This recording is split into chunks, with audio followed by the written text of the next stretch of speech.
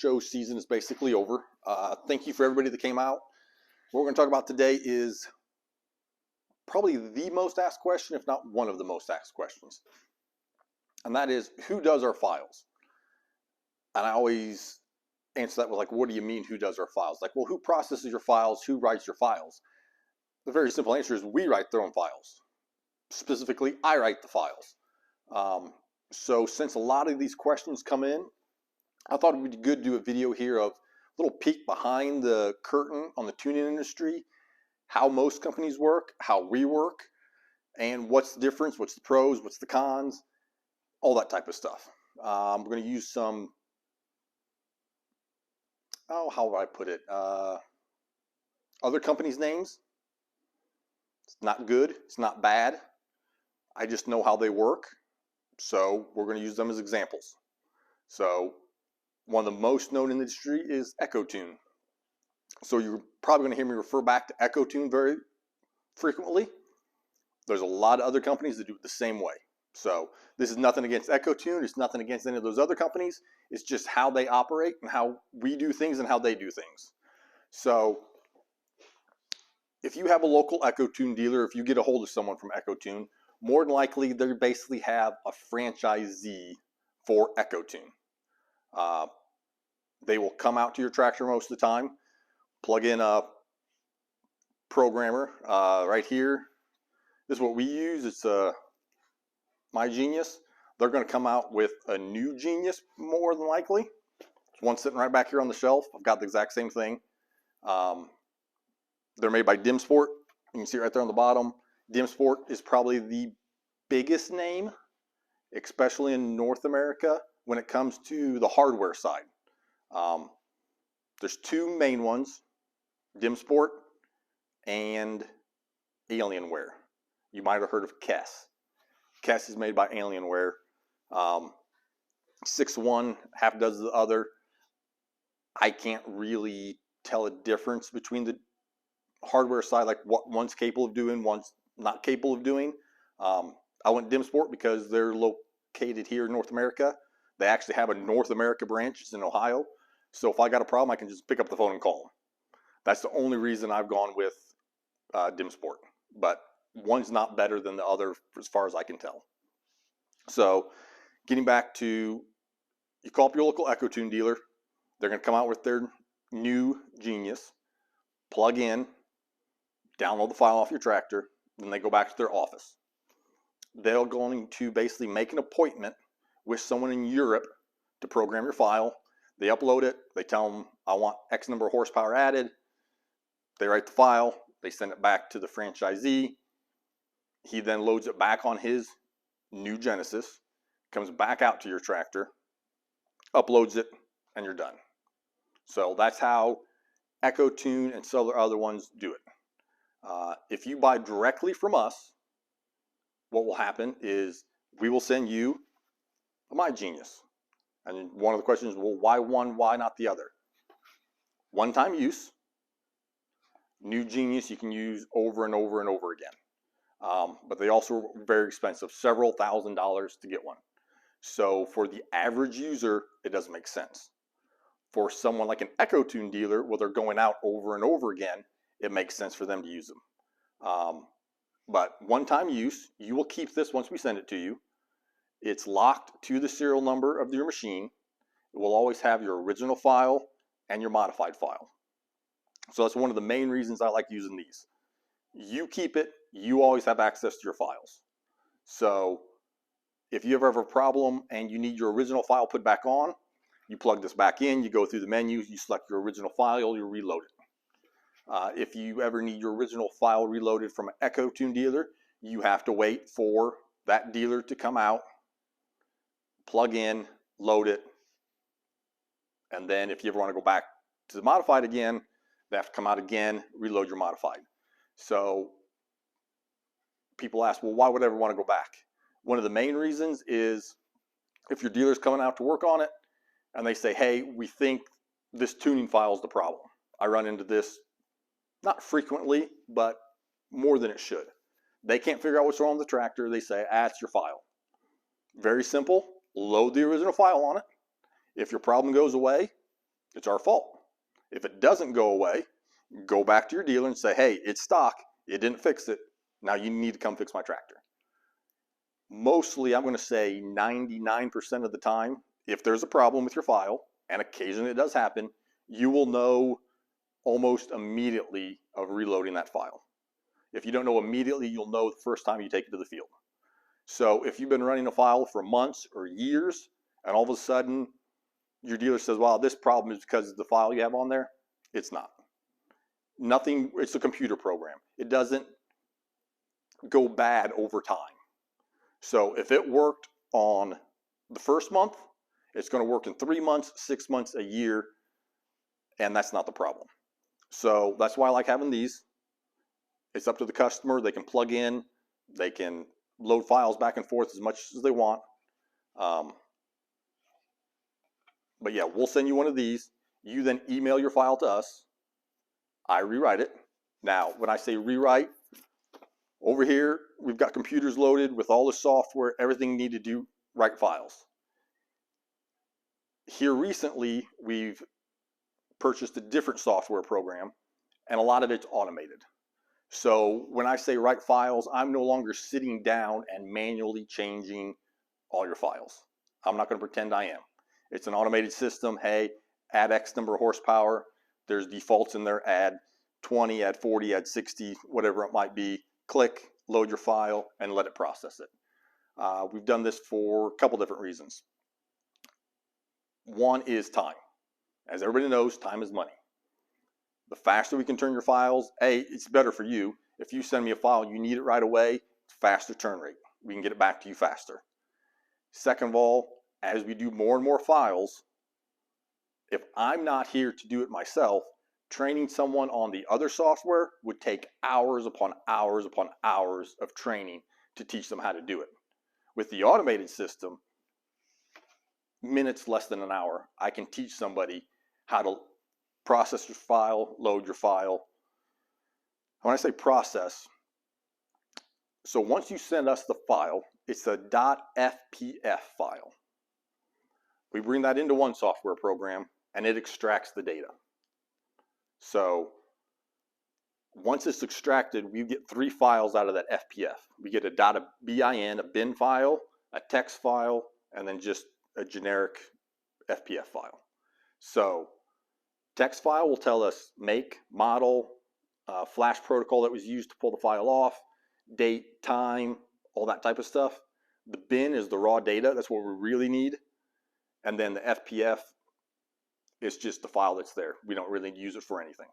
So we then take your bin file, load it into the automated system and or the other software we use, write it, it's automatically processed. It comes back as a mod file, and .mod, modified. We then take that original program again. We say, here's your original FPF file, here's the mod file, and then it processes it. And during this process, it acts as we want to do a checksum. And so a checksum is make sure all the data points line up, I guess would be the best to say. Let's say your original file, oversimplify this, your original file had 10 data points, 1 through 10. Once the mod file comes back, it has 10 data points, 0 through 9. If you try to load, without doing the checksum and lining everything back up so everything matches, if you load that mod file back on, it won't work, okay? So in the checksum process, it lines all those data points back up and makes sure everything matches. It looks at your original file, looks at the modified file, makes sure everything matches, works, and it says, okay, you can proceed. So then once we take that mod file, do the checksum, it then gives us back a new FPF file, your modified FPF file, which we then send to you. You load back on here and load back on your tractor. So that's the basic process of how the software does everything. Pros, cons, Echotune, us. If you buy directly from us, and I say that because I also do have a dealer network underneath me. So if you go to one of my dealer networks, more than like I push these a lot for the dealers, so they'll still have these. They'll either come out with it or they'll send you one. They're sending the file to me to process, just like an Echotune dealer would then send the file off to their, it's in Europe, their file processing center or whatever you want to call it. But if you buy directly from us, you're working with the person that's processing the file. So times are less. If you have a question, you can call us directly. You can talk to me directly. I can look at the file again. I can reprocess it. If it needs to be, even after reprocessing, still doesn't work in the automated system, I can always go back to the old way of doing it, manually writing a file and seeing if there's a problem. So you don't necessarily have that with an Echotune. All they know is, hey, they sent me this file. I got to try and see if it works. One advantage, one benefit you're going to get from them is they're going to come out, they're going to plug it in, they're going to download the file, they're going to make another trip out. Hands off, they'll do it all. Just like my dealers. They'll come out and do it all for you. You don't have to mess with it. So, con of doing business directly with me, you have to do this part yourself. You have to email the file. You have to reload it. We've got videos on that. So it's not really a hard process, but it is something you have to do. So that's the con of going directly with us. Pro is you get aligned directly to the heart of the company of who's writing the process files, who's running the processes on them, who's doing all the work. So that's the pro. So when people ask who writes your files, we write our own files. It's not like we're sending them off someplace else to get written. Hardware is purchased all, well, this is made in Italy. DimSport is actually based in Italy. If we ever run into a problem, something doesn't copy the file right, a lot of times if you're talking to me, I'll say, yeah, I'm going to have to send an email to Italy. There is tech support here in the United States, somewhat limited. They'll say, hey, try this, try that. Once it goes beyond their basic knowledge, they'll say, hey, send an email to Italy. And the problem with that then is the time change difference. And usually if it's, probably up to 11 o'clock here, I think it's 4 o'clock in Italy. And that's basically when they're done. 4 or 5 o'clock in Italy, they're done.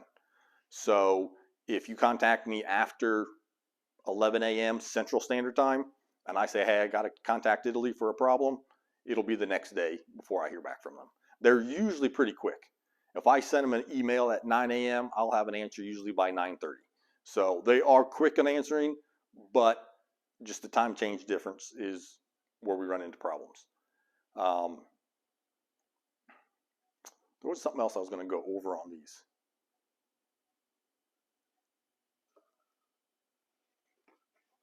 We'll do the My Genius. They'll do their New Genius. Like I said, it's basically the same thing. One-time use, multiple-time use, and we write our own files. That's what it boils down to. I picked on Echotune. There's not Agro Echotune. It's Agra Power Tunes, Agritunes, something like that. Same process. Eastern European country is where the files go to get reprocessed. I'm pretty sure everyone's basically using the same software programs. Like I said, there's 2 hardware companies, the DimSport and the Alienware. On the software side, there are more. The Alienware and the DimSport software are the 2 major ones, but there are several other ones underneath that. Always people ask me, well, can I do it myself? You can do it yourself. Yeah.